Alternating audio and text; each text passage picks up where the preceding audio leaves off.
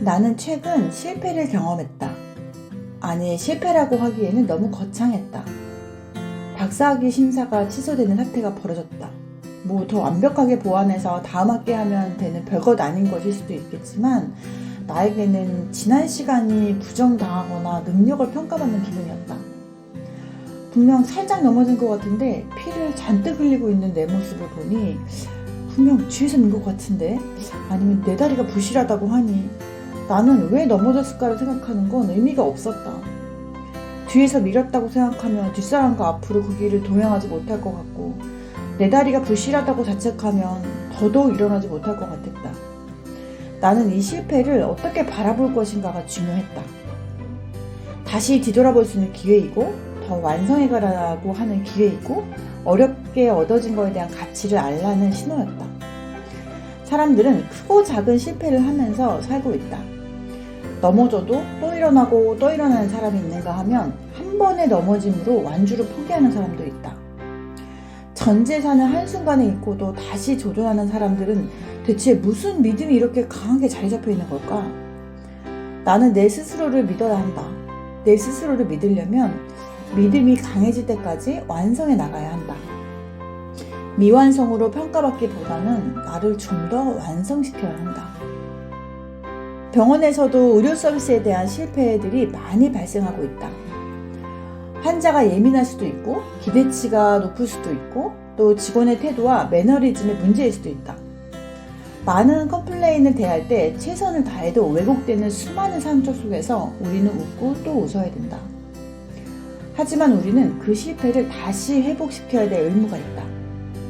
한국소비자원 조사에 따르면 지난 20년간 의료 서비스 실패로 인해서 총 43만 1748건이 발생했다고 한다.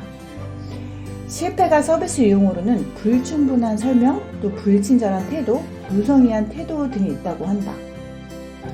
착한 고객은 말이 없이 떠나지만 불만 고객은 불만만 해결해주면 95%가 다시 그 매장과 거래할 의사가 있다고 발표를 했다.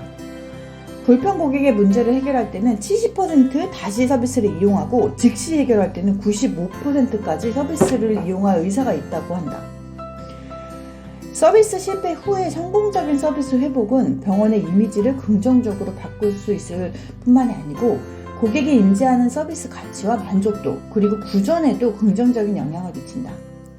하지만 현재 서비스의 사람들은 대처가 굉장히 미숙하다. 때문에 이를 더 키우거나 아니면 서로가 손해보는 최악의 경우를 발생시킨다.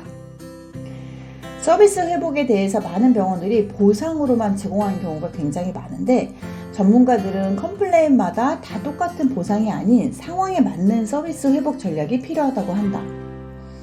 그 중에 4가지를 소개하자면, 서비스 회복 전략으로 첫 번째는 보상, 그 다음에 적시성, 그 다음에 존중, 노력, 이렇게 4가지가 있는데, 보상이란 금전적 보상이나 할인, 그 다음에 재화 서비스를 말하고, 적시성은 서비스가 실패한 순간에 해결하기 위한 적합한 조치를 말한다.